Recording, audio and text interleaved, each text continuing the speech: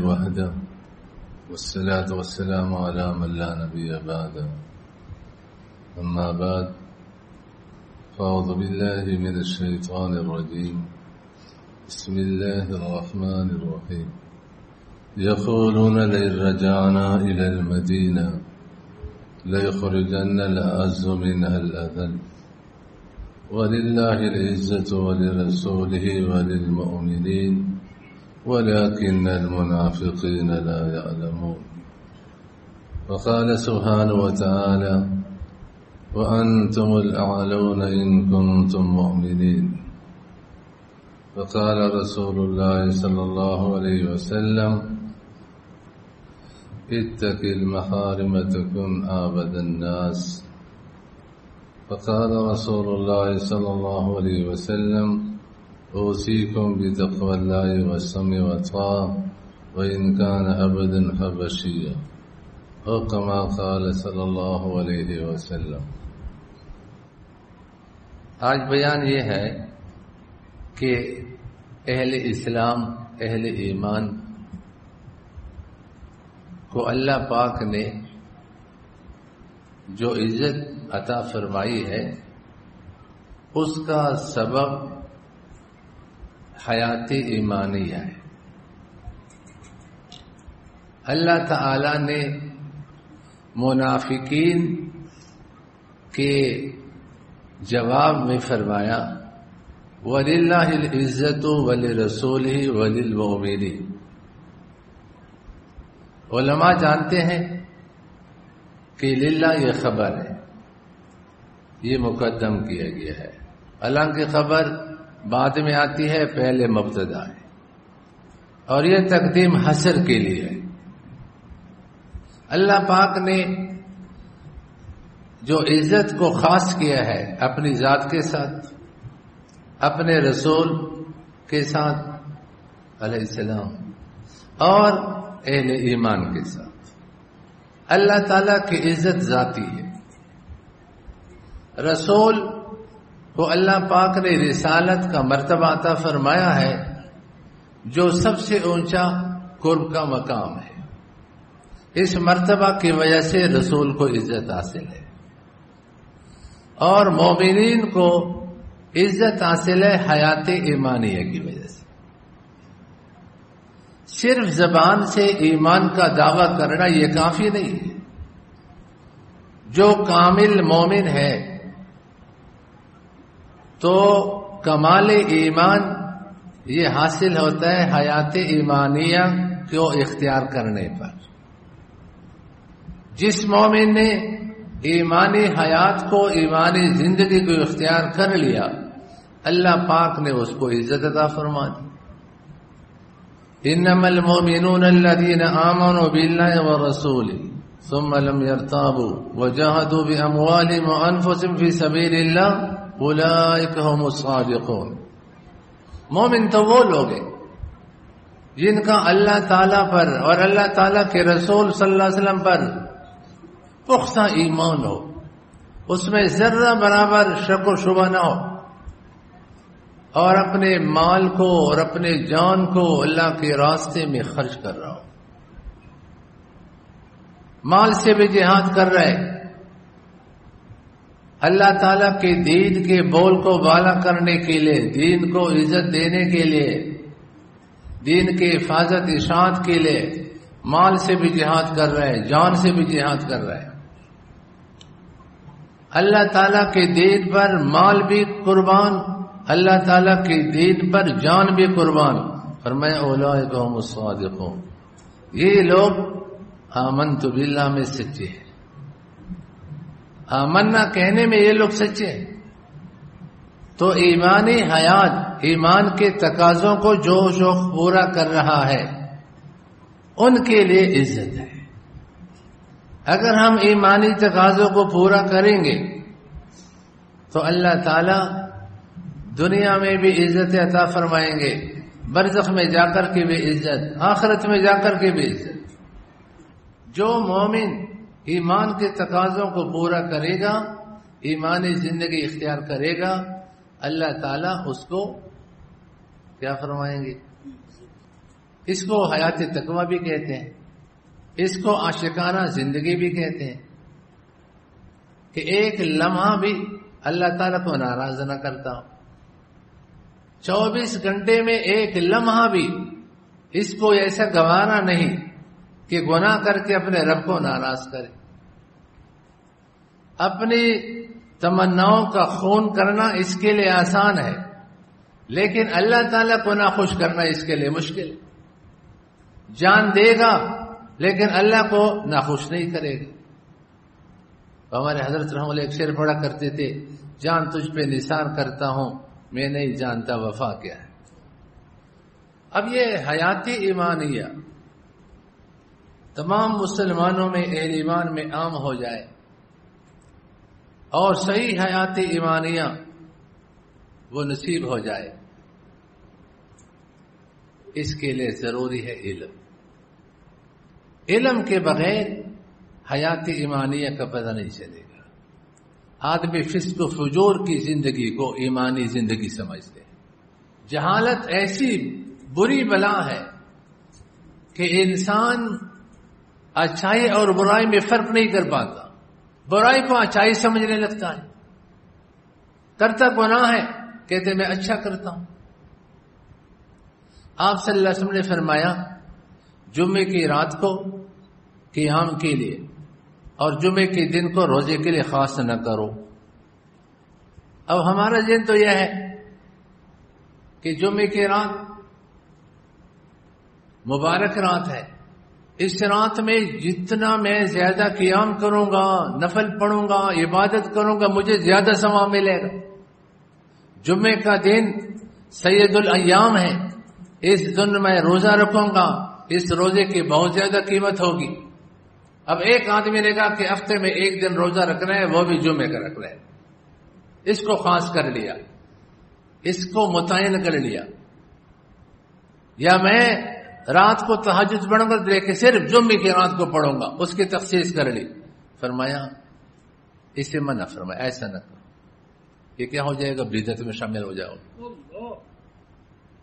بہت سارے کام جہالت کو ایسے ہم سمجھتے ہیں اچھے کام ہیں، لیکن وہ حقیقت میں اچھا کام نہیں، گناہ کا کام ہوتا ہے۔ اس لیے اللہ پاک نے ان لوگوں کی قیمت بیان فرمائی ہے جو علم میں لگ کر ایمانی زندگی کی حفاظت کرتے ہیں۔ یہ دنیا کے اندر بہت بڑے لوگ ہیں۔ اللہ پاک نے قرآن کریم میں ایک سوال قائم کیا ہے، هل يستوي الذين يعلمون والذين لا يعلمون؟ اس کا جواب ہے، آگے جواب ہے، وہ لوگ جو شریعت کے علم سے آراستہ ہیں اور وہ لوگ جو شریعت کے علم سے خالی ہیں، یہ دونوں برابر ہو سکتے؟ یہ سوال قائم کیا، جواب کی ضرورت نہیں، اس لیے کہ جواب ظاہر ہے، سب جانتے ہیں کہ اہل علم سے بڑھ کر کوئی، علم کی صفت کی وجہ سے علم سے آراستہ لوگوں کی جو قیمت بڑھ گئی ہے، یہ قیمت کسی اور کی ہے ہی نہیں۔ اس کا جواب سب کو معلوم ہے کہ یہ دونوں برابر نہیں۔ قرآن کریم میں، احادیث مبارکہ میں علم کی فضیلت اور اہل علم کی فضیلت کیوں؟ اس لیے کہ یہ بنیاد ہے، ایمانی زندگی کا مدار ہے۔ جو علم سے وابستہ ہوگا ایسے لوگوں کی، لیکن اخلاص ہر چیز میں شرط ہے، اخلاص سے وابستہ ہو، دین کی حفاظت اور ارشاد کے لیے وابستہ ہو، تو اللہ تعالیٰ ان کی دعائیں ایسے قبول کرتے ہیں جیسے بنی اسرائیل کے پیغمبروں کی دعائیں قبول ہوتی، ایسی دعائیں ان کی قبول ہوتی۔ کبھی کبھی میں طلبہ سے کہتا ہوں تم بہت بڑے لوگ ہو،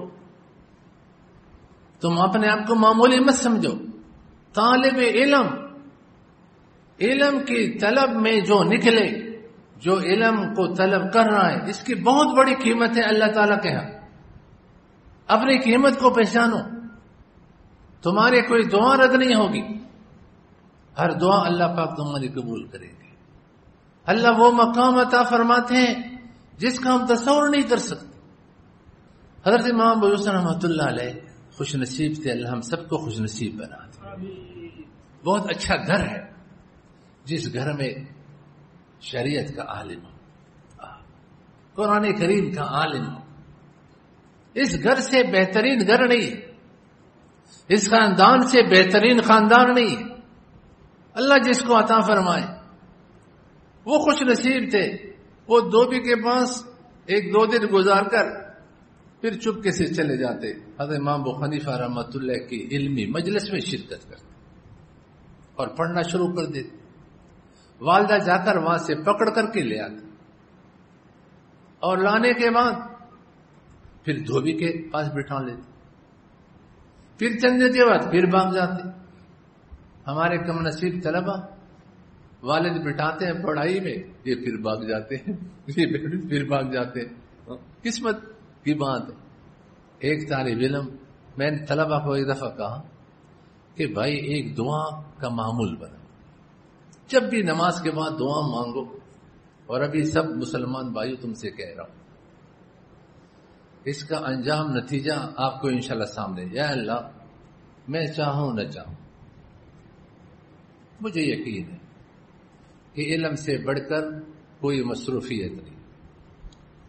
تیرے دین کی حفاظت، تیرے احکام کی حفاظت اور ارشاد، اس سے بڑھ کر کوئی کام میں چاہوں نہ چاہوں پھر شانے کے بالوں سے پکڑ کر مجھے اس راستے پر تو ہی چلا دے.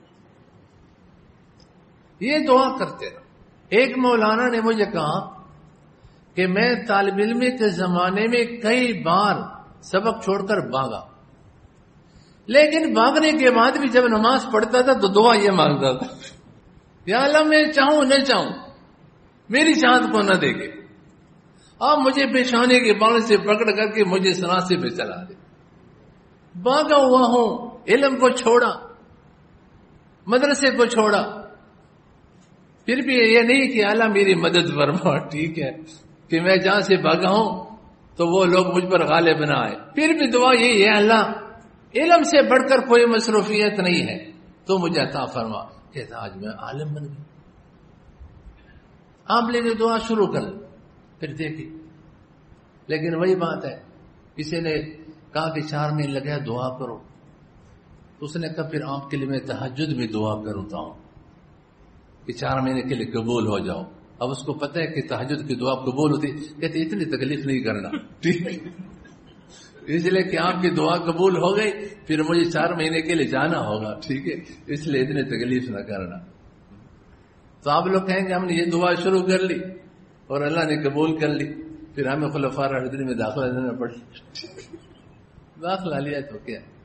امام بخاری رحمہ اللہ کی کتاب ہے صحیح بخاری، اس میں روات ہیں، ان کے استاد ہیں، استاد کے استاد ہیں، پھر آگے یہ چل رہے. ایسے بھی ان کے اساتذہ یا اساتذہ کے اساتذہ میں سے ایسے ہیں جنہوں نے 90 سال کی عمر میں پڑھنا شروع کیا. 90 سال عمر ہو گئی، اس کے بعد پڑھنا شروع کیا اور پڑھتے پڑھتے وہ عالم محدث بن گئے اور بہت سے بن گئے امام بخاری کے استاد بن گئے. ہم سمجھتے ہیں کہ میں نے دعا کی میں قبول ہو گے تو کیا ہو جائے گا. یہ سندھی بھی پریشان ہے، قبول ہو گے تو کیا ہو جائے گا، وہ کیا ہو جائے گا، کچھ بھی نہیں ہوگا. اللہ نے قبول کر لیا تو اللہ پاک علم دے دے گا. پڑھیں گے انشاءاللہ دعا.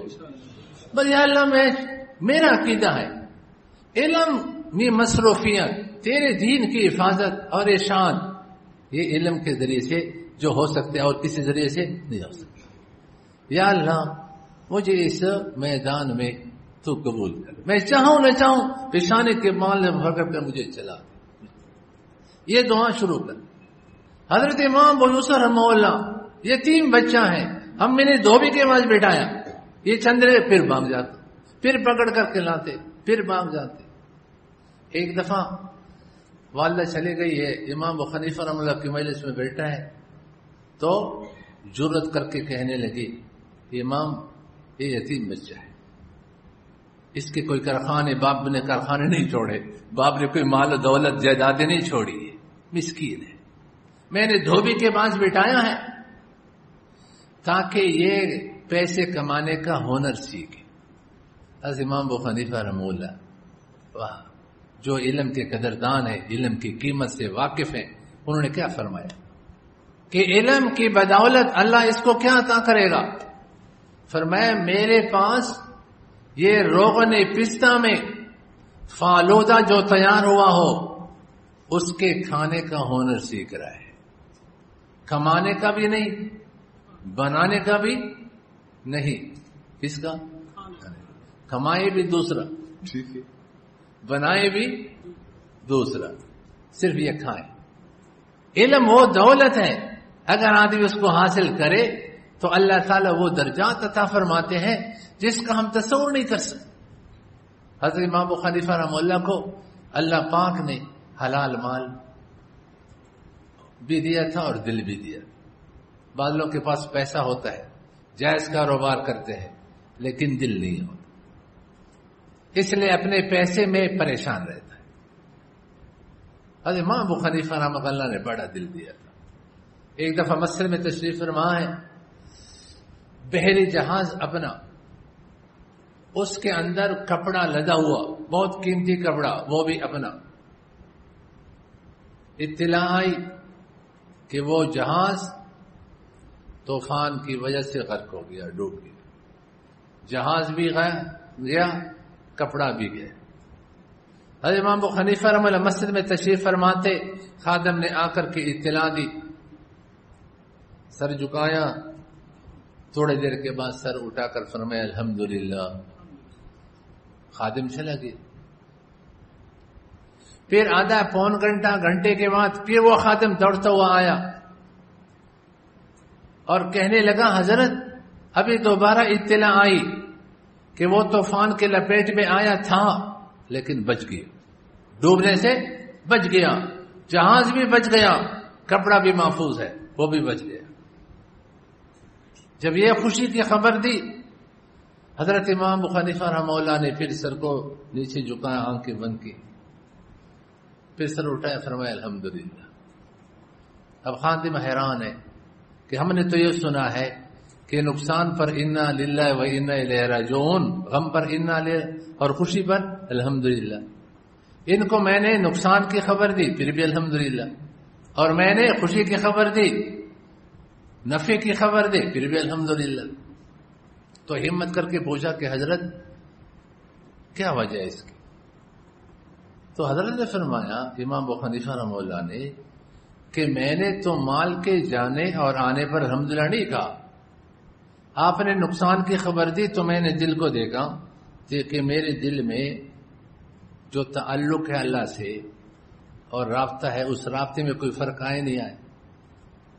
تو کوئی فرق نہیں. میں نے کہا الحمدللہ الحمدللہ. ہم اور آپ بھی جانتے ہیں 100 روپے کا نوٹ اگر گر جائے تو جب بھی اس راستے پہ جائیں گے آگے پیچھے دیکھیں گے شاید پڑا ہو. ٹھیک ہے، ہمارے اور آپ کا تعلق کا بھی پتہ ہے. نماز میں کھڑے ہوں گے تو یہ سوچیں گے کہ وہ 100 روپے کہاں گرے ہوں گے. 100 روپے کے نوٹ. کبھی میں ان حضرات کے حالات پڑھتے ہیں حیران ہوتے ہیں کہ اللہ کی کتنی بڑی قیمت تھی ان کے دلوں. مال کچھ بھی نہیں. آدمی کے منہ میں تھوک دیا تو تھوک کے پیچھے کوئی پریشان ہوتا ہے؟ کوئی پریشان. یہ مال تھوک سے بھی اس کی قیمت کم تھی.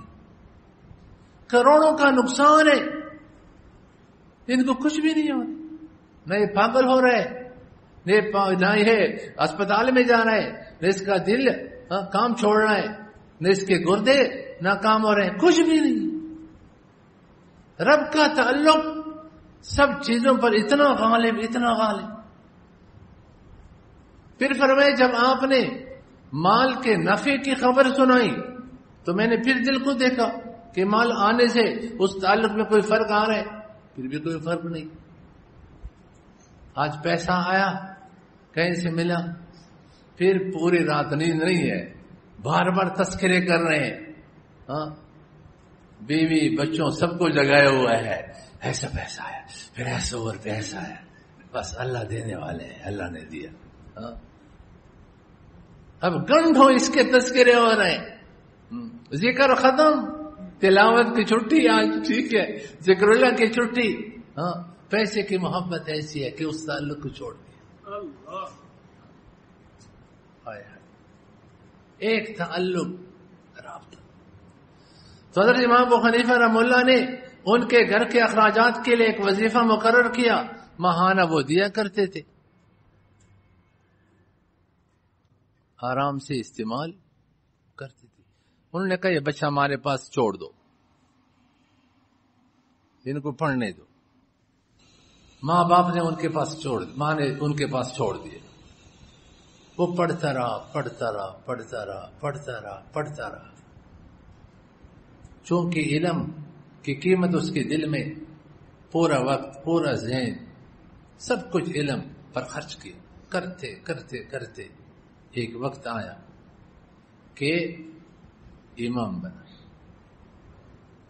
پھر ہارون رشید جو پوری مہذب دنیا پر بادشاہ تھے، ان کی حکومت تھی. ایک مسئلہ پیش آیا، کسی نے جواب نہیں دیا. حضرت امام ابو یوسف رحمہ اللہ نے ان کا جواب دیا، مسئلہ حل کر لیا. فرمایا میں نے آپ کو پوری دنیا کا سب سے بڑا قاضی اور جج بنا دیا. شرعی فیصلے سب سے اعلیٰ آپ کریں گے. قاضی القضاء مقرر کر دیے گئے. جہاں جاتے تھے اس زمانے میں یہ گاڑیاں تو تھی نہیں، تو پالکی بولتے تھے. پالکی میں ان کو بٹھایا، 2 آدمی آگے 2 پیچھے، کندھوں پہ اٹھا کر کے لے جا رہے ہیں. عزت کے ساتھ، احترام کے ساتھ. اس یتیم بچے کو اللہ پاک نے کہاں سے کہاں لے کر گئے. بادشاہ نے ایک دفعہ کہا ہمارے ہاں کھانے میں تشریف لے، دعوت ہے. دسترخوان پہ جب بیٹھ گئے تو ایک پیالہ سامنے پیش کیا. پوچھا اس میں کیا ہے؟ بادشاہ نے کہا یہ بہت قیمتی خوراک ہے جو میرے لیے بھی کبھی کبھی بنائی جاتی ہے. یہ فالودہ ہے جو روغن پستہ میں تیار کیا گیا ہے. تو مسکرا کر آنکھوں سے آنسو آئے. فرمایا کیا بات ہے؟ فرمایا اللہ پاک نے میرے استاد کی بات کو سچ کر کے آج مجھے دکھا دیا. میرے استاد نے میری والدہ سے فرمایا تھا کہ میرے پاس روغن پستہ میں فالودہ کھانے کا ہنر سیکھنا ہے.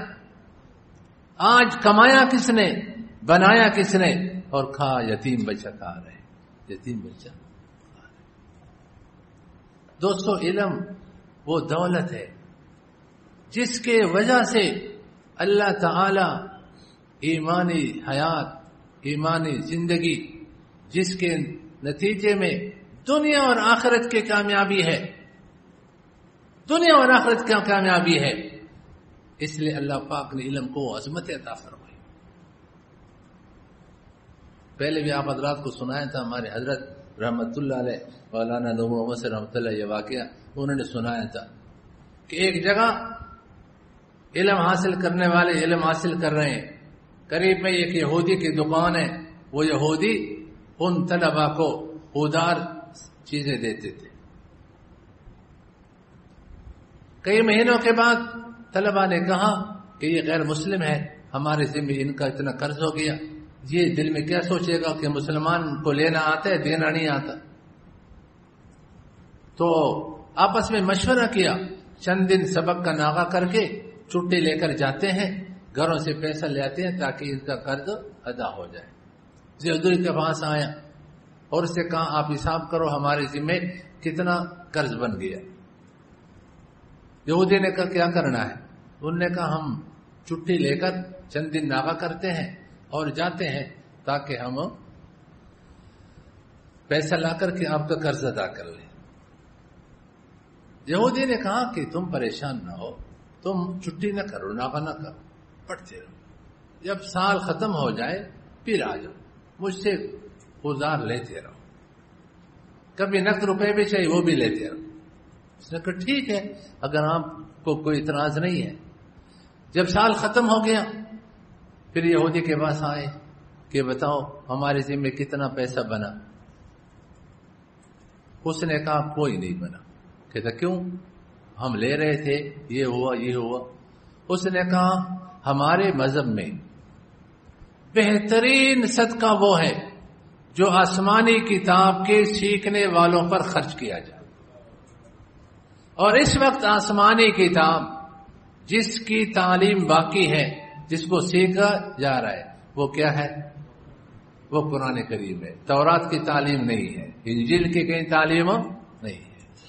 اس لیے میں نے افضل صدقہ سمجھ کر کے تم پر خرچ کیا ہے. لہذا تمہارے ذمہ میرا کوئی پیسہ نہیں ہے، جاؤ. وہ چلے گئے.